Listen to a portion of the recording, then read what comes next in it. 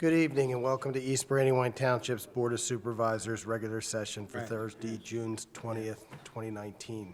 Just a reminder, a recording device will be used during this meeting, and we're going to open the meeting with the Pledge of Allegiance. I pledge allegiance to the flag of the United States of America and to the republic for which it stands, one nation, under God, indivisible, with liberty and justice for all. Okay. I'm going to open up for public comment for non-agenda items. Seeing none, I'm going to go ahead and turn it over to our township solicitor for a public hearing to consider.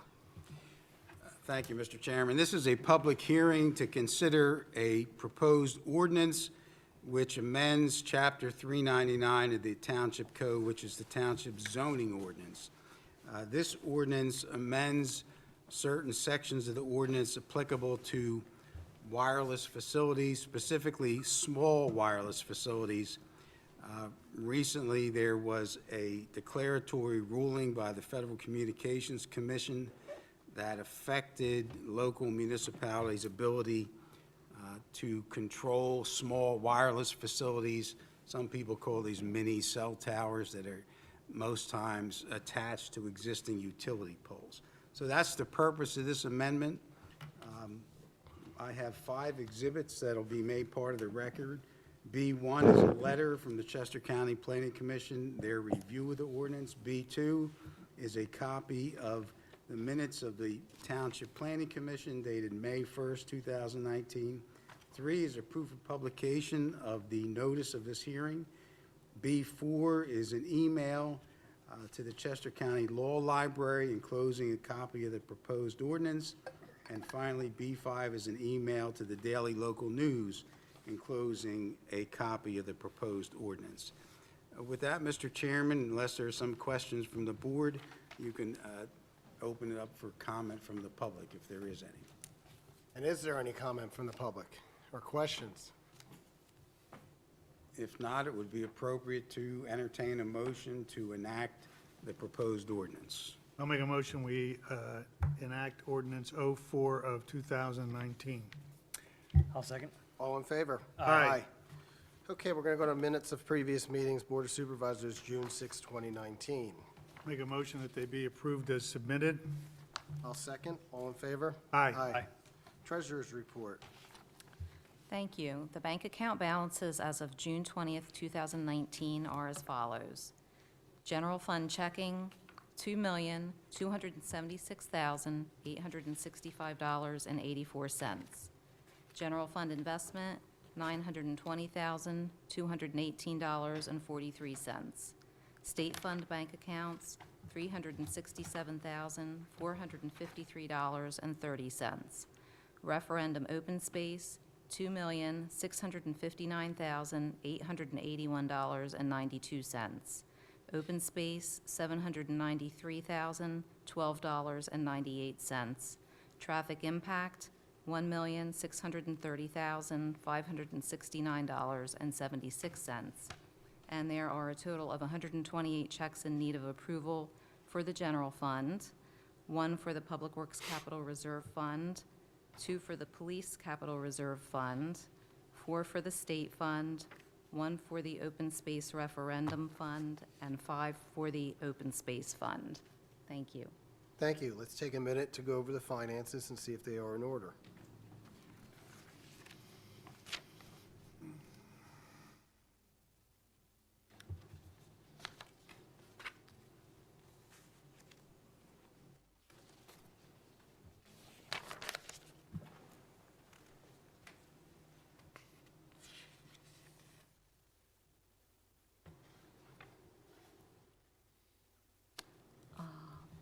It's probably an HRA entry. Did you use your HRA card possibly?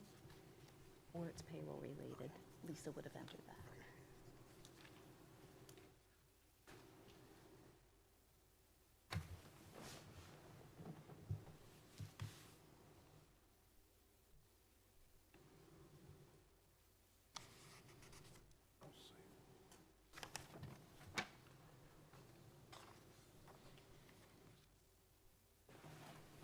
Good? I'll make a motion that the disbursements be approved as requested. I'll second. All in favor? Aye. Okay, let's go on to the Township Manager's Report. Thank you. Excuse me. Recently, the Chester County Planning Commission announced their intention to form a complete count committee as part of the 2020 census. The census will commence officially on April 1st, 2020. The mission of this committee, which is headed by the County Planning Commission, is to try to ensure to the greatest extent possible that every resident will be counted, because each missed resident is a potential funding loss to state and local funding of approximately $2,900, which, if you have a significant number of misses, that can cause additional or loss of funding, obviously. The focus of the effort will be to conduct outreaches into neighborhoods or communities that had a low response rate in the 2010 census. Census Bureau is going to provide training and technical assistance to the Chester County Committee through their Philadelphia office. Any interested residents who would like to participate should contact Jake Michael at the County Planning Commission office through his email, jmichael@chesco.org. And one thing of note that I learned at the Western Chester County COG meeting in May is that this year will be the first that the Census Bureau will be using both online census and also census is completed by phone, in addition to the normal standard, which was receiving and returning a paper copy by mail. I attended a luncheon yesterday, June 19th, which is sponsored by the Transportation Management Association of Chester County, called TMAC. Keynote speaker was a young lady by the name of Jana Lanat. She is a planner from the American Association of Retired Persons, also known as ARP. We know ARP for their work with our seniors for health care, Medicare, prescriptions, but they've branched out into many other things, including work as community planning, especially for the seniors. We're all growing older, and their efforts are to try to encourage communities to think about our aging population more. She also talked yesterday about road diets and some easy things to control traffic. Two interesting points that stood out to me were that half of AARP's membership include people who have not yet retired, including me, and that by the year 2035, they expect the population of those who are 65 and older will far outnumber those who are less than 19 years old in the United States. So I'm bringing some information back to our ordinance task force that we may look at some of these, some of the information for future planning purposes. The Route 322 ordinance, or corridor task force rather, which is a part of the Western Chester County Council of Governments, met here on May 21st to review information from Brian Steitch, who is the transportation planner for the Chester County Planning Commission, on proposed roadway improvements in our immediate vicinity, primarily the Route 30 bypass, but he also talked about the Route 322 corridor, which our group's been focusing on. State Representative Tim Hennessy, who's the chair of the Legislators' Transportation Committee, also attended. Mr. Van Loo and I have been attending these meetings since they began in February of this year. The task force will be meeting with representatives from PennDOT, along with Tim Phelps from TMAC, at the group's June 25th meeting. That's next Tuesday. The goal is to gain support from all the stakeholders along the Route 322 corridor, which includes obviously PennDOT because it is a state road. Our hope is to make a presentation to the county commissioners sometime later this summer and enlist their support in going to the legislators for hopefully support to move some of the roadway improvements that were recommended by the Delaware Valley Regional Planning Commission's February 2010 study of the Route 322 corridor and move those forward. Our meeting next Tuesday night, we're asking PennDOT what their long-range plans are for the 322 corridor, which I'm already aware that they're proposing significant changes from the Delaware state line all the way to the Lancaster County line for Route 322. And our hope is to have some of these improvements ready when the Route 30 bypass improvements get underway, which is in 2025 at this point. This morning, a pre-construction and coordination meeting for the Bollinger Road Horseshoe Pike intersection improvements was held here in our office. Utility work scheduled to begin on along Horseshoe Pike. Now, along Bollinger Road, water and sewer line work on Bollinger Road the week of July 1st, which is right around the corner. Verizon is responsible for relocating certain utility poles along Horseshoe Pike so that the paving work can begin once that's done, which should commence late in July or early August. There'll be lane restrictions during the construction. PennDOT requirements are that they can only restrict traffic from 9 a.m. to 3 p.m. on their roadways. And the project has to be completed, or I should say the paving project has to be completed before the start of the new school year. Installation of the traffic signal equipment is dependent upon delivery of the signal poles and mast arms, which at this point we expect that construction will occur in late August or early September.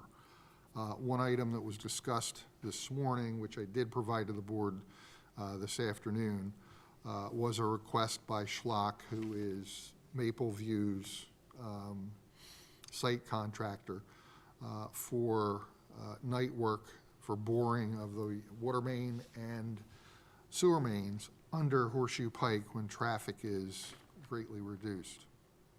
There's a letter in your packet along with my report. I indicated to Schlock and also Alan Myers, who's the primary contractor for this, that the board would have to approve that night work per our noise standard section or zoning ordinance, which I also excerpt and put in your packets. The ordinance permits that work for 14 days. This is supposed to occur one night sometime in the latter part of July. They're just not sure when, because it requires coordination with the other work and obviously with weather dependent. So I told them if they gave me a letter, I'd bring it to the board tonight. You do, because of the lateness of this, could still consider this either tonight or at your July 11th meeting. I don't have a problem talking about it if you guys don't, but we did issue a similar for Metropolitan. Right. I would say, me personally, the only thing I would say is that maybe giving a heads up to the three closest properties on Bollinger Road, and obviously Mr. Weaver's here in the audience as well. He would also be. He sleeps very well.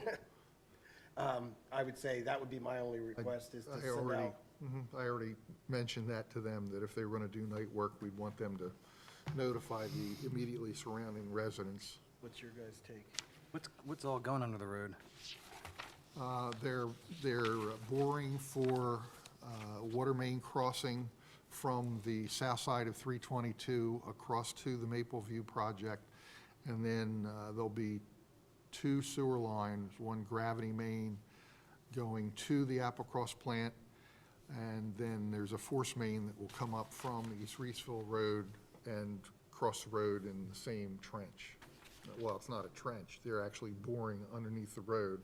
They'll bore, and then they have to sleeve the boring, and then they'll pass the pipe through. That's both for the water and sewer lines. And they think they can get all that done in one night. That's what they said. Aggressive. Yeah, Want a motion? yeah, sure. I'll make a motion that we give Schlotch permission for night work between July 22nd and August 2nd, between the hours of 8 PM and 6 PM for the Hey. purpose of the directional boring under Route 322, provided they give us 48 hours advance notice of when they're going to do it. Yep, and it would be for one day, and as well, as long as the neighboring properties were notified in writing. All in favor? Aye. Aye. Thank you. I will let them know in writing. Okay, Luke, for the assistant manager's report. Yeah, good evening, Mr. Chairman, members of the board. We're in the heart of event season here in the township. I have 3 events I'd like to highlight as part of my report this evening. First up is the For the Parks Golf Outing. This is an annual event benefiting our parks that will be on Monday, June 24th. There is still time to put together a team. Brochures are available both online and located at the back of the room. On July 13th, the third of 3 free summer concerts in the park will feature Flatland Drive, which is a bluegrass band from Maryland and Delaware. And lastly, on July 20th at dusk, the second of 3 free family movies in the park will feature the most recent iteration of The Grinch by Dr. Seuss. We'll be celebrating Christmas in July in the park, and so it should be a lot of fun. That begins when the sun goes down. You can check for weather updates at ebrandywine.org. Thank you, Luke. Just a side note, just to go back to the letter, Scott, could you also make sure to include on that they CC the fire and the police department on the date that they choose as well, please? Thank you. Going on to the building inspector's report. There's actually 2, since last month the wrong report was inserted. For April, there were a total of 44 building permits and 3 zoning permits issued. 13 use and occupancy permits were issued. A total of 203 inspections were completed. 20 failed inspections. Total fees collected in April, $26,754. And for May, a total of 26 building permits, 4 zoning permits were issued, 23 use and occupancy permits were issued, 207 inspections completed, only 7 failed inspections for May. Total fees collected $13,125. Respectfully submitted, Noreen King, Building and Code Secretary. Thank you. Matt, for the roadmaster's report. Thank you. I've reviewed the bid documents for stormwater improvements for Hawthorne Drive and Culbertson Run development. The project includes the installation of 3 subsurface basins within Hawthorne Drive, removal of stumps, and regrading of the swales. There's also installation of new inlets, stormwater piping in various locations.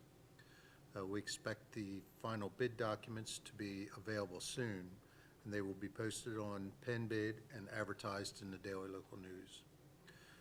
2019 road project bid documents are complete and will be posted on PennBid and advertised in the Daily Local News. In fact, they're going to be advertised for next Monday and Friday. This year's project includes repairs and overlay of Hopewell Road from Rock Raymond to Creek Road, East Fisherville Road and Zinn Road from East Reeseville Road to Hatfield Road. We anticipate the total project cost around $590,000. The culvert on Zinn Road between Reeseville Road and Hockley Drive was completed last month. Veterans Construction and Utility Service Incorporated was a contractor, and the total price of the project was $95,048.45. Thanks to Jim Durboro and the crew for a job well done. Recently, I've been contacted by two property owners in the Echo Dell development inquiring about the trees along the roads, which were planted as part of the development. Echo Dell Development has a 50-foot wide right-of-way, and actually 2 weeks ago, we did field measurements and determined that the trees were planted directly on the property line. So in a previous email, I provided the board with an estimated cost of $10,940 for labor and rental equipment to remove approximately 54 trees. I estimate the project to take 6 days, and seeking direction from the board how you would like me to proceed. Okay, so regarding the Echo Dell, I guess my question to you is, how many of those trees are absolutely dire straight problem right now? Either dead or dying. I would say probably about 30% are dead, and the remainder are dying. Like 50% of the tree is dead. Okay, my biggest concern is if these are property owners' trees, and they're on the property line, meaning part of the township property line and part of the homeowner's property, I would be willing to bet probably all new developments in the right-of-way would be considered the same, correct? With the trees? In new development, we make sure that all trees are planted outside of the right-of-way so that this question doesn't arise. And that confirms that the individual property owner would be responsible for that. And how those many particular trees. developments would you say are similar to Echo Dell where we could run into a problem where,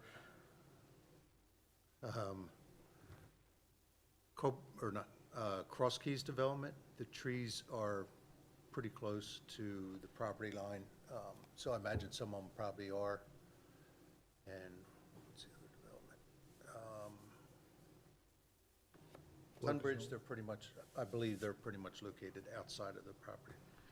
I mean, me personally, I'm of the mindset that if it's a partial their tree, it's their tree planted on their property, but it's partially grown onto our township property, there is some responsibility by the township. However, I don't believe the Ernst is 100% the township's responsibility. So me personally, I would offer an assistance to the homeowner, but there should, in my opinion, be some type of an offset to the township in terms of paying for this. And I'm not saying it has to be a lot, but I don't know what that set amount would be, and this is why we're here to discuss it. Doug? You use the term right-of-way here, so just to clarify it in my mind, is the road a right-of-way, or and then you use the term property line. Yeah. So do we own what you're calling the right-of-way? Correct. Yeah, there's two different things. In most developments, there's, I call it a right-of-way, but it is, the township does own a 50-foot wide swath down through the roadway. On some of the older roads, like Hopewell Road, East Fisherville Road, it's considered a right-of-way. So most of those property owners own to the center of the roadway, but the township has a 33-foot wide right-of-way down through there. So it's completely different.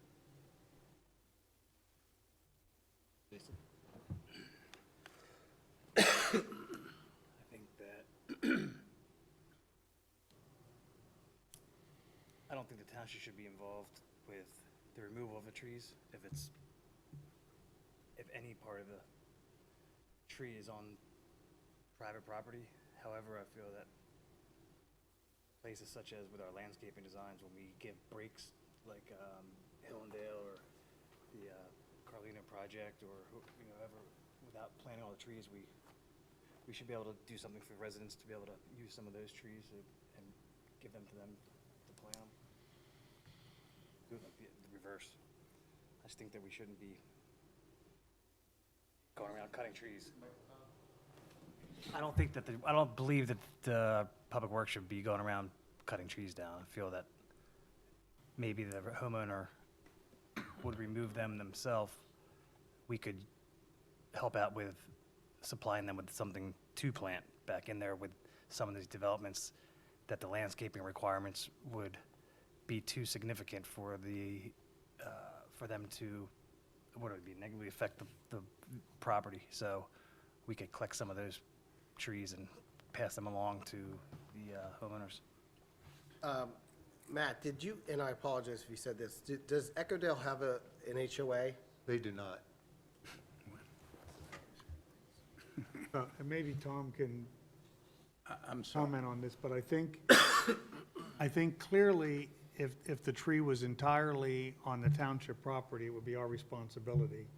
And if we don't take a dead tree down and it falls and hits somebody's car or something else, we're gonna be responsible for it. Agreed. If the tree is completely on their property, I think we can wipe our hands of it and say, that's your problem. The Agreed. issue here is they're sitting right on the property line. Well, that's what I don't quite understand Matt's comments. Is the tree trunk on the property line, or are some of the branches overhanging the township's fee strip?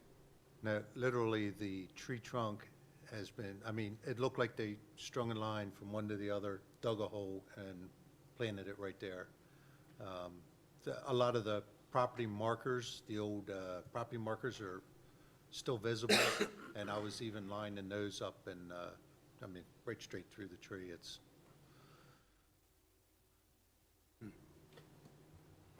Oh, it would seem there's some shared responsibility then, if it's on, if it straddles the property line, which apparently they do.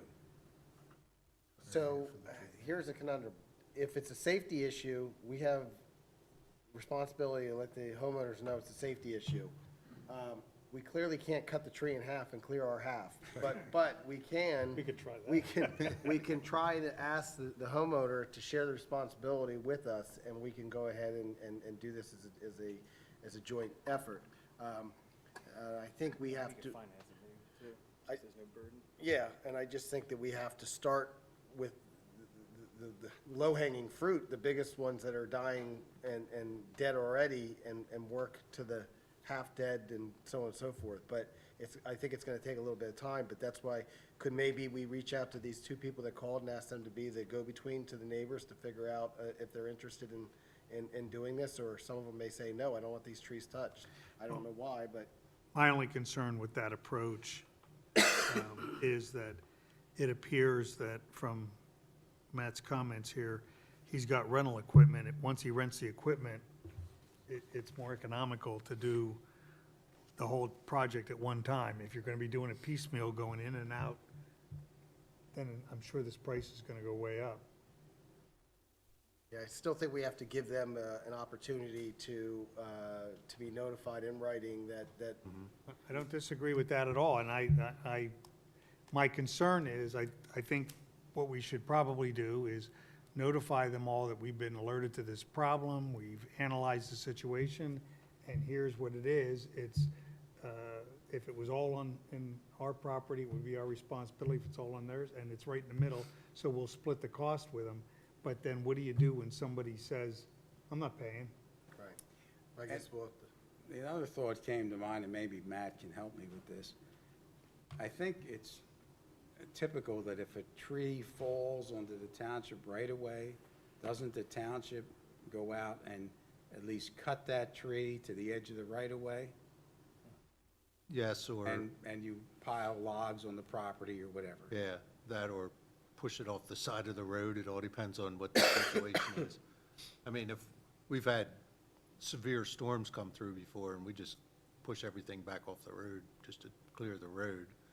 And If it's typically, just a the single- homeowner is not billed for that, right? I mean, that's just something the township does. No, they're not built to clear the road. Well, it sounds like we have to get a note to the homeowners to let them know that right now, the current mindset is that it would be a shared ownership, and that we need to know if they're on board with this first, because we can't clearly just start chopping trees down on people's property if there's 50% ownership and have a problem there either. Yeah, but it's safety though. If we don't do something. But I think if we're gonna take that approach, Matt's gonna have to go through and look at individual properties, divide this cost up and be able to say to somebody, well, you've got 3 trees, so this would be your portion of the shared cost, and so. And I think that's the most appropriate approach, but I'm not Yeah. confident that a lot of No, I people know. are gonna say, sure, here, let me write a check to you. All right, I guess let's start with that, and then we'll see how far we get, and we'll move on. Okay, thank you.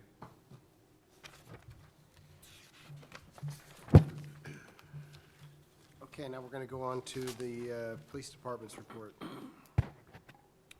Good evening. The police department was on hand for the last day of the school year, and as a continuing tradition, we handed out our last day gift to the children. This year's gift were sunglasses stamped with the police department's logo, and we were told by everyone this was probably the best gift we've handed out yet.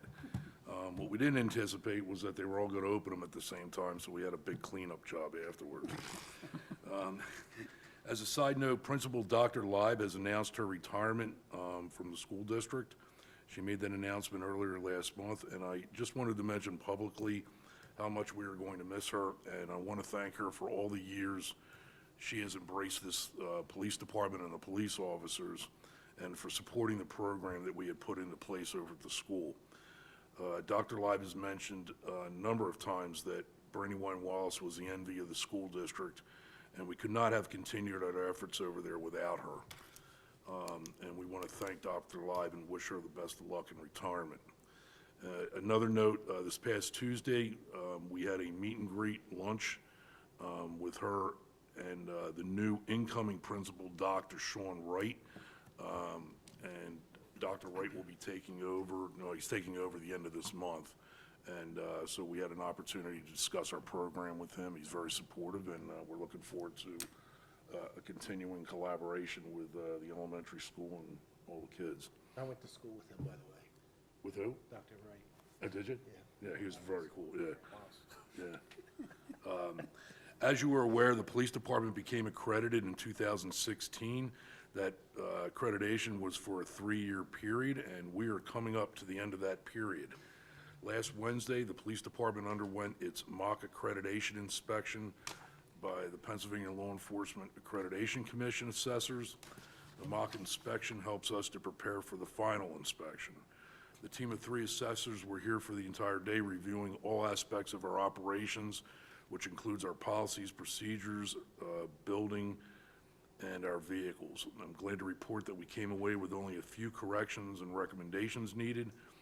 We are still waiting on the date of our final reaccreditation assessment, but it is scheduled to occur the first week of September. For the month of May, we had 2,566 recorded incidents. We completed 231 investigations. The department had 4 criminal arrests, 1 summary arrest, and 1 warrant arrest. There were no juvenile petitions filed. We investigated 6 traffic accidents. Officers issued 200 traffic citations. We issued 64 traffic warnings, and the officers completed 10,714 miles of patrol. Training completed for the month. Myself and Lieutenant Yankanich attended a Chester County training site website training. They've changed their whole system, so we had spent half a day down there learning about that.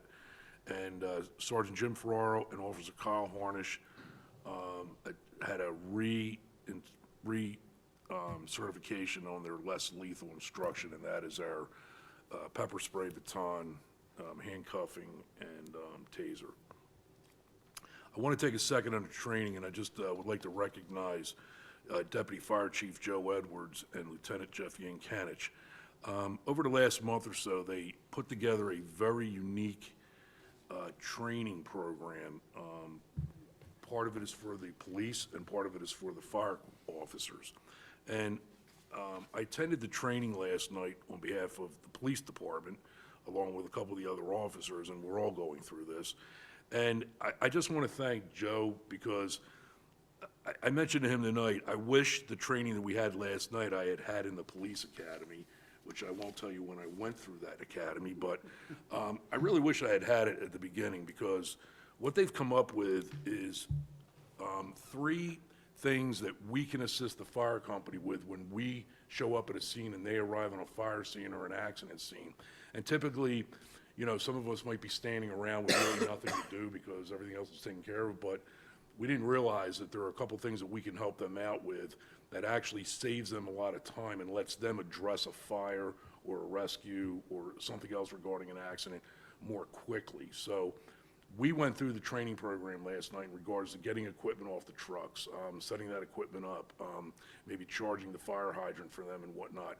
And I've heard nothing but good response back from the officers. And then on the flip side, the police department will be running some modules for the fire officers on crime scene and what we need from them when they show up at a scene and we need to protect certain pieces of evidence and whatnot.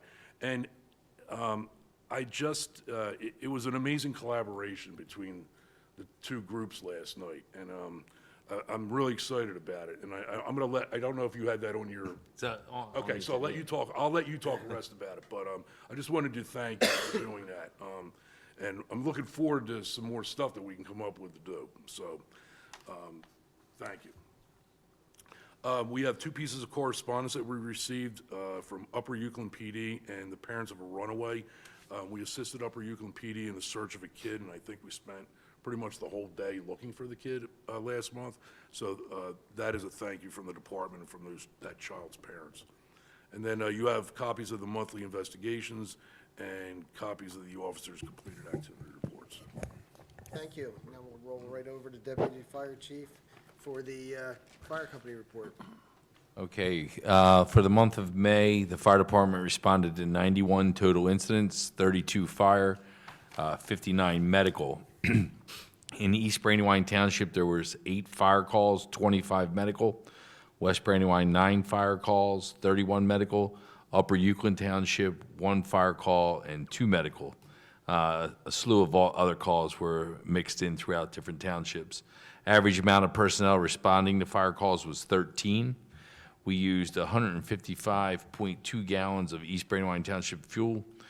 We are happy to announce we had estimated no fire damage over the month. We had 4 total trainings, and we had 24 fire personnel attending the trainings. Just to elaborate a little more on what the chief was speaking of, what happened was Lieutenant Yankevich and I identified the 3 areas that the police department could not be in harm's way, but could help out the fire department. The 3 areas were hooking up to a hydrant, what they call flaking out a hose line. Picture yourself with a garden hose at the end of the garden hose and you can't get the water out, but there's kinks in it. Well, the same thing happens with a fire line, and you wouldn't want the guys going into the structure without that completely flaked out. It's easy to do. And also at a scene of a car accident, just getting all the rescue tools off the truck. Each one of the officers, I have to commend them, came down and were enthusiastic. They helped out, they were willing to learn it, and each training lasted about an hour, but I believe the whole department has now gone through it, and it could be a huge help. Just at the last house fire, Matt hooked up the fire hydrant for us as we were there. So any help that you can get on the back end is good. Some news from the fire department. 3 firefighters last night graduated from Fire 1, so they're completely certified interior firemen now. One thing, we are down an engine right now. Our designated rescue engine is out and has some spring issues that they're working on. Also, we have a good problem and a bad problem. I alluded to it last month, but I'll allude to it again. We have an influx of volunteers right now that is absolutely terrific. However, because of NFPA mandates, the gear that we have to offer them is outdated, and we're up against a bind right now because we have people coming in the door, but we don't have pagers, we don't have helmets, and we don't have gear. So somehow we have to come up with some way of getting that, so we can get the folks up and running. We'll probably have to have a little meeting with, see what we're gonna do, because as I said, it's a good idea, even if we scrutinize what we have and even gear share, hey, this guy comes around during the day, this guy comes around at night. Once they go to fire school, and I think Scott can echo that, it's, the gear's inspected. If it doesn't meet a certain standard, it's turned back, and we have to send them with better gear. So anyway, more to come. I just want you guys to have a heads up on that. And also, just to echo the police chief again, Dr. Leib was huge with the fire prevention program at East Brandywine, and we're scheduled to go up and have a meeting with her, not with her, her new principal, to make sure that the fire prevention program continues on. Thanks. Thank you.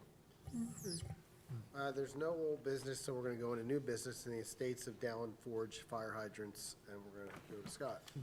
The, unbeknownst to me, Metropolitan Development Group has been paying the monthly hydrant rental, or I should say, it's probably the HOA, for the fire hydrants that they have in the estates at Dallin Forge Station. Typically, this is something that the township pays, and in the packet that you have, there is a letter that I signed, which indicated that the township would accept the location of the fire hydrants, that we require 500 gallons a minute, 30 PSI, that's in our subdivision ordinance, and the township agrees to pay the monthly rental immediately after the fire hydrant is placed in service. So how this got changed, I do not know. But Gia Raffaelli, the in-house counsel for Metropolitan, contacted me back in, it was the middle of May, and I asked her to send a letter to me making that request, and I would ask the board to approve that. Generally, it doesn't come to this point, it is automatic, because the township, through our fire services tax, is collecting for the fire, I shouldn't say fire hydrant fee, but the rental that we pay on a monthly basis to Aqua is offset by that part of that fee. And I did answer questions for Ms. Camp and also Mr. Fisher about that when this issue first came about. So what all I'm looking for is the board to indicate their approval for taking over that. And I guess I'll have to write a letter to Aqua indicating that those rentals, as of a certain date, should be sent to the township. Rental fees, I'm sorry. Any questions? I'll make a motion that we accept responsibility for the fire hydrants in the, what are we calling it now, reserve at Dallin Forge? Well, that's what they're calling it. It was the estates at Dallin Forge States Station. at Dallin Forge Station. I'll second. All in favor? Aye. Thank you. Okay, now I'm going to welcome Alan Yefko up to the stage for the Hess property, 580 Buck Road Conservation Easement.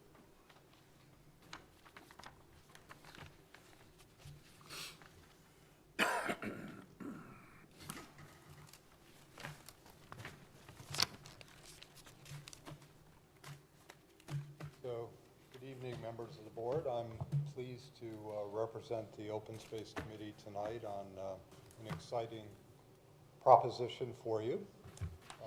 We've been working with the estate, the executor of the Albert and Catherine Hess property for about 3 years now. The property is located at 580 Buck Road. The total acreage of the parcel is 18.6 acres, and after discussions with the executor, they've decided to move ahead with us and have a conservation easement of 16.6 of the 18.6 acres. So from a big picture perspective, this is the township map of the preserved open space. That's all in green. The property is located in the white or the red star area. So as you can see, it's in the southeast quadrant of the township, and it's adjacent to Brandywine Conservancy open space property just to the west of that. So it's a natural continuation of our significant open space acreage in this part of the township. So looking at it from a satellite view, the topography, it's the property that's outlined in red. The very bottom part of the property is where the house and the barn reside.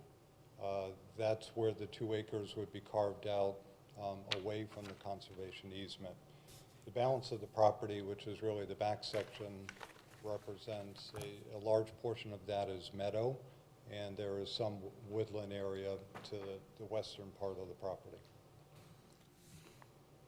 So these are a couple of photographs I took of the back meadow, so it's giving you a good visual of what it is that we're looking to preserve.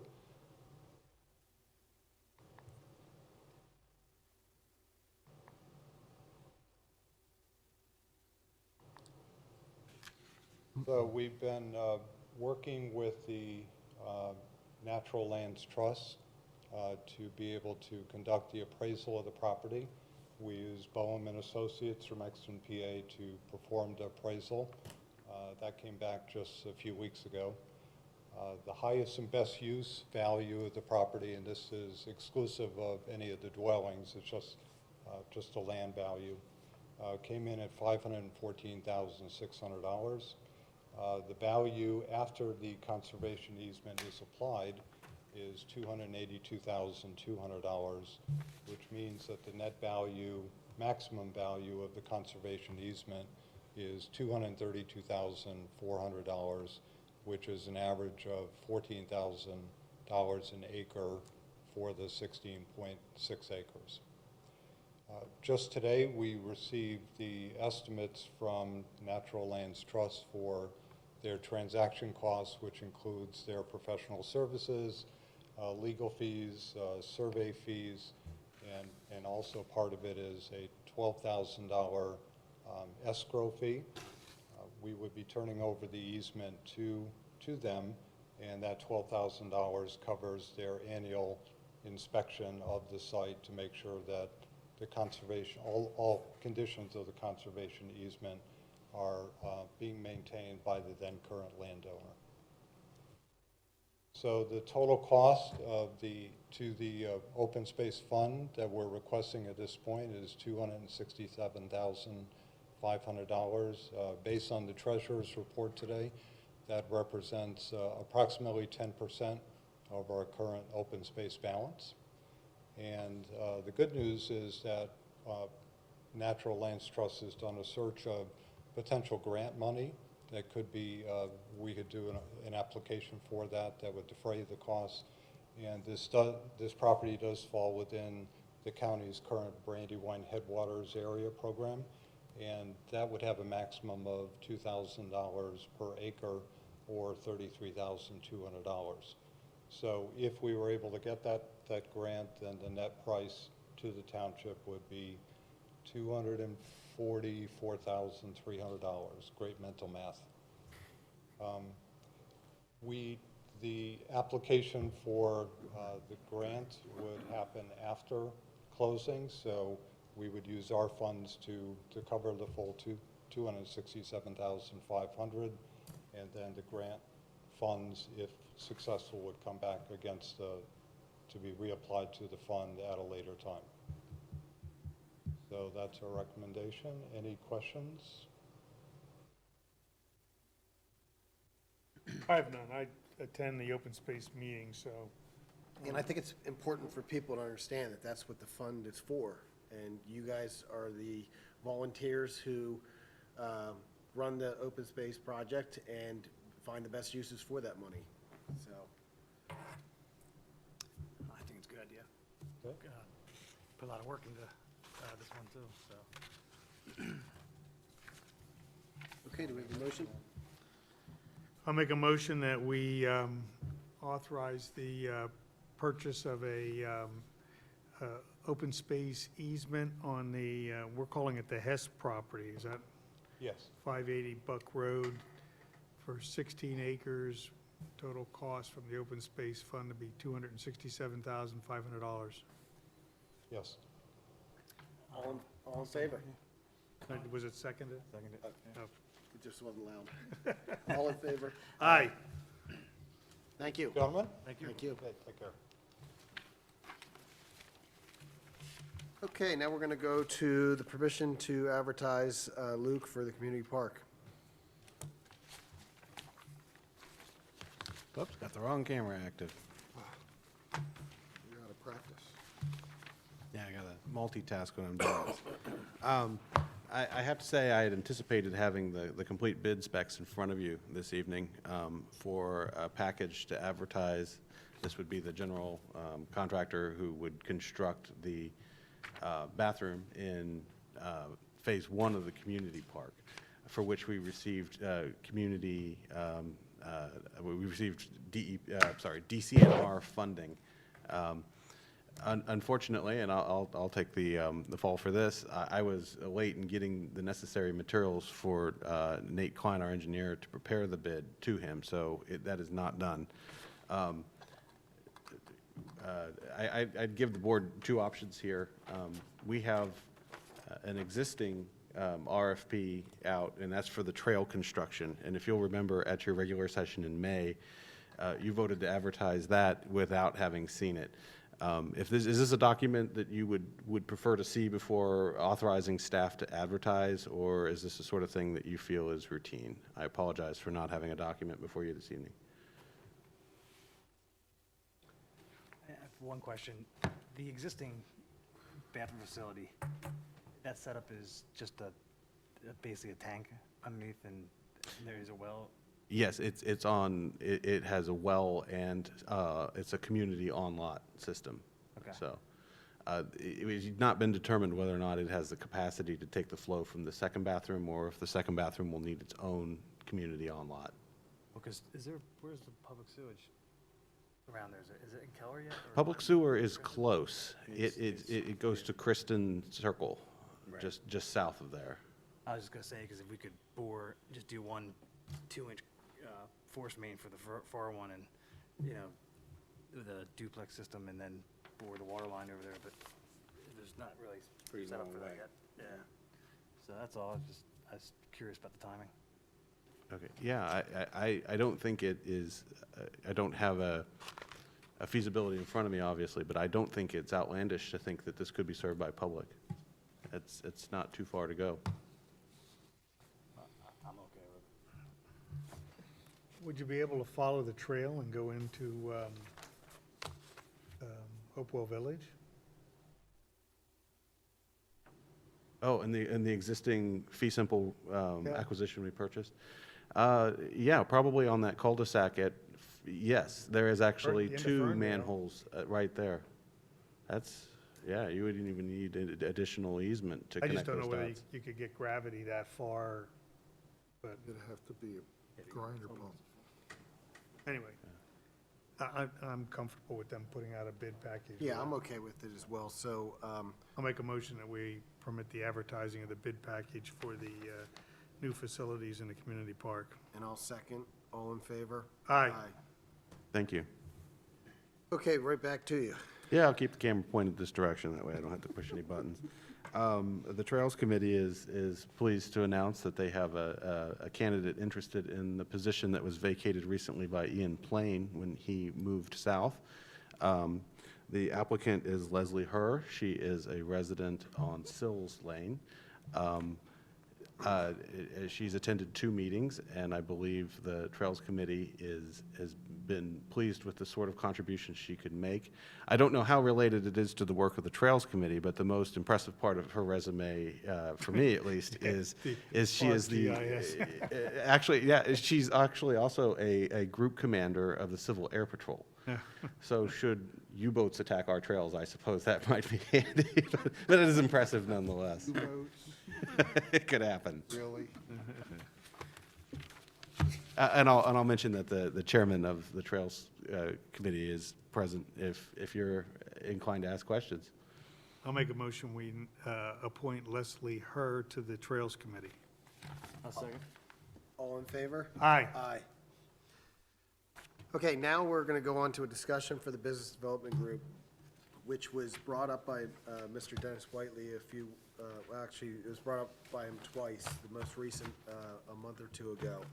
And I thought it was a good idea to have some discussion on this, on how we could get the ball moving in a direction to reach out to our business owners and get some input from the board members as well as staff and audience as well on trying to accomplish, I think, I could be misquoting him, but a hometown feel for East Brandywine Township and a welcoming environment for the businesses to succeed. I think the start dialogue needs to be to reach out to the businesses and see if there's interest of the business owners of East Brandywine Township. And I don't even know if you have to stop there. It could be proximity close to East Brandywine as well, neighboring properties. But for the very short future, reaching out to the business owners of East Brandywine and seeing if they have interest in starting up a business development group, as well as anybody who would be interested in volunteering for this. So I guess we'll open this up to the board and to staff and obviously the audience as well, if they have any input or any ideas to help get this program started. Well, I have a few thoughts. I am a former director of a chamber of commerce, and so I have some experience in dealing with business development. It was a very different environment, though. I worked in a very rural community that was having to make great investments in economic development to attract businesses. I think East Brandywine does not have the same set of circumstances that I have experience with, because as we could, just by your agenda for subdivision and land development, it's quite obvious people are very eager to invest in our community. I think that the first question that I would have as a brainstorm subject is whether or not this is a standing committee or this is a sort of committee that meets infrequently and provides input. And I think we need to consider that there are a number of other committees that would have overlapping responsibilities. So, for example, if the business community has strong views on our land development ordinances, we wouldn't want a second committee that's competing with our planning commission for the setting of our comp plan or our land development. Also, if it's the view of the business community that they would like to be involved in the type of events that are offered that draw people to our community, we need to bear in mind that Parks and Rec has an important role in hosting events all summer long, as does the Historic Commission, and to a lesser extent, Bondsville Mill hosts events that attract people to our community.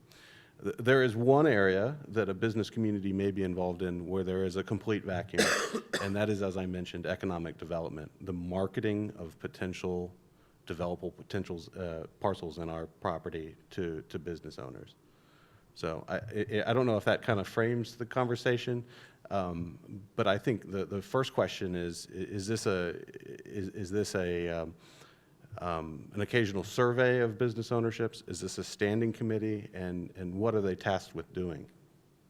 Well, I think the first would be to find out if businesses are in fact interested in doing it. I mean, we could spin our tires and nobody wants to come out and do it. I guess to answer your first question, what would they be, what would their agendas be? I guess that would have to do with, we wouldn't know that until we put, the business owners in, because I think every business owner is going to have a different agenda. I think it's dialogue to get started at the very least, with a letter to the business owners to see if we start this program, what the interest is into it. One person who comes into mind, and I apologize, I cannot remember his last name, but there's a gentleman, Bo, who had sent an email. Bo Wright. Right. A few weeks ago, talking about ideas that he had for the Bondsville Mill and creating a workspace environment where you could go there to work, kind of like a social work environment.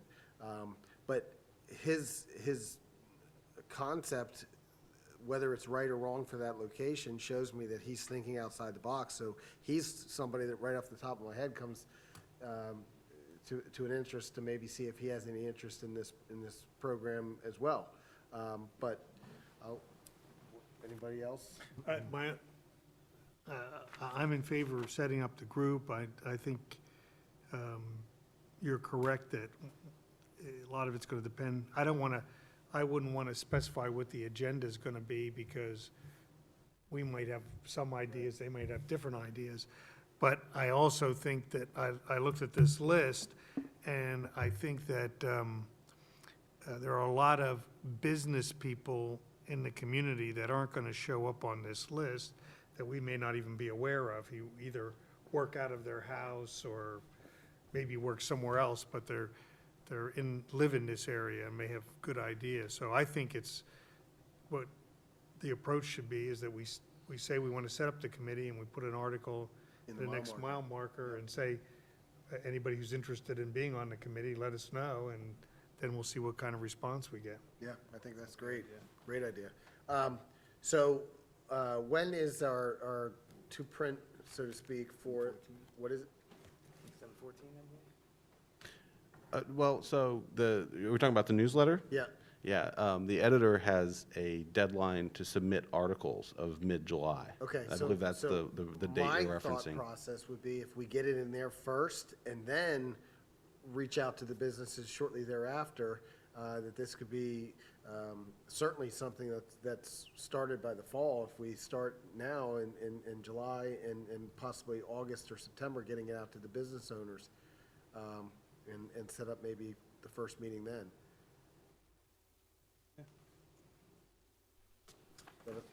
Okay? That's fine. Okay. All right, so I think that's how we'll start with that one, Luke. Subdivision and zoning applications, we have none this evening. We've already done our ordinance for consideration. Public comment on agenda items. Absolutely. Michael Wagner, 21 Jeffers Road. First thing, Scott, clarification on the $2,900. Is that for man, woman, and child, or just man, when it comes to the census? That's for each person that's missed. Do we have an idea if we've missed anybody, or we're deficient in our census, or we're too low, too high, that you know off the top of your head? Luke? No, off the top of my head, Luke's our coordinator. Right. I don't know that we get that information. I think that's more City of Coatesville, Westchester Borough, those types of things, where you have, and probably the southern part of Chester County, where you have a lot of people who may or may not be citizens, to use that word. Well, Or may have a distrust of government, so they don't want to Right. return the census forms. So there are a variety of reasons why people Oh, I would not understand. respond. so if I may, there's 4 programs that the census does. They solicit municipal or local participation in to ensure there's a count. The first one is their address update, which is, they send you, you promise to keep it a secret, but they send you a list of all the addresses they have for your community, and you make sure that that's up to date based on the number of houses that have been built or demolished or any other change. The second one, and they call that's Luca. Okay, and then the second one that we're also participating in is the new construction program. And this is on a much shorter timeline than Luca. It's immediately prior to the mailing of census forms, and it's for the construction that's occurred in that gap between Luca and the day you hit go.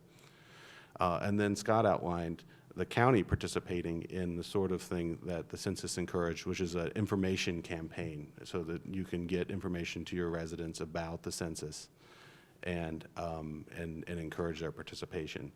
And then the fourth one, which we've declined to participate in, is the update of boundaries. And that's more important for western United States communities that have annexations and things where they actually change their boundaries. Our boundaries haven't changed since 1844, so not much there. And the number that we were talking about in terms of the value of making sure that you count every person, that came from PSATs, the State Association of Township Supervisors. And they arrive at that number by taking all grant funding that is tied to population divided by the population. And that'll tell you about how much each person counted is. So the last time we had a census was 2010. And you asked if we had perhaps a shortfall on that. I don't know. I suspect that we had a good count. Okay. It was really just about the dollar value I was asking about. Okay. Well, then you got a much longer answer than you bargained for. Second one, this goes to you, Scott. Is there any chance or any ability for the township to undedicate roads that we have dedicated to ourselves? I.e. using Culbertson Run and maybe even Pancoast Lane as an example, only because they are sort of closed developments that most residents never go in, but all residents are now being charged to take care of them. And obviously Matt he's working on several developments where we are now responsible for sewage issue or stormwater issues, so on and so forth. So to spread the cost amongst everybody when it's a limited use, I don't feel is too appropriate. So my question, I guess, will go to you, Tom. Is there a way that we can give them back and force them to get HOAs? Not unless they decided to take their road back. But I mean, what you're saying is true of, I mean, I live on a loop street. The only people that go in there are people that live there and they're visitors. So, I mean, I think that's true of any development. To say it's limited use, I mean, that's true of any development, any residential development. Okay. So is that a no? No, we're not going No, to do that? you can't, not unless the people that live there wanted to do that, and that would be a complicated process. I was going to say, the answer is yes, but it's They have to extremely come to us. difficult to do it. Yeah. Can't force it. Yeah. Chief, how much do you need for the new equipment for the volunteers that you don't have equipment for? Dollar value roughly? It's quite a bit. 100,000? The average set of gear is $5,000, and we're probably need about $50,000 in gear, I would imagine. Is that something that we might be able to take up in this year's budget to help these gentlemen out? I'm just Yeah. not asking for definite, just a possibility. Oh, it's absolutely a possibility. Okay. Last question, Chief. Out of the 200 citations that were written, do you have a proximity or percentage of how many were East Brandywine residents as opposed to people coming into our township? To give you an answer right this second, no, I don't know that, but we could You certainly could find that just out. give me a kind of an update later, next month, that'd be great. Just really just trying to see where you're writing your citations and who you're writing them to. Thank you. Thank you. Luke, it just also reminded me when he asked about the census, is that something else we have in the mile marker as well? Because we should probably put that as a story as well to remind people. It's probably a winner, because you don't want to do it too far away. Yeah, I'm just thinking out loud, if we can put that on our radar to stick that in there and explain to the public how important this actually is. At the COG meeting, we had the young lady from Philadelphia who is the census coordinator for this area, and she said that they would be rolling out PSAs Yep. and other things for newsletters and that type of thing very shortly. Yep, I just think it's something, if we can put it in our Google Calendar to remind ourselves to get it in the winter mile marker, that would be helpful. Okay, any other notices? I don't believe so. Motion to adjourn? So moved. All in favor? Aye.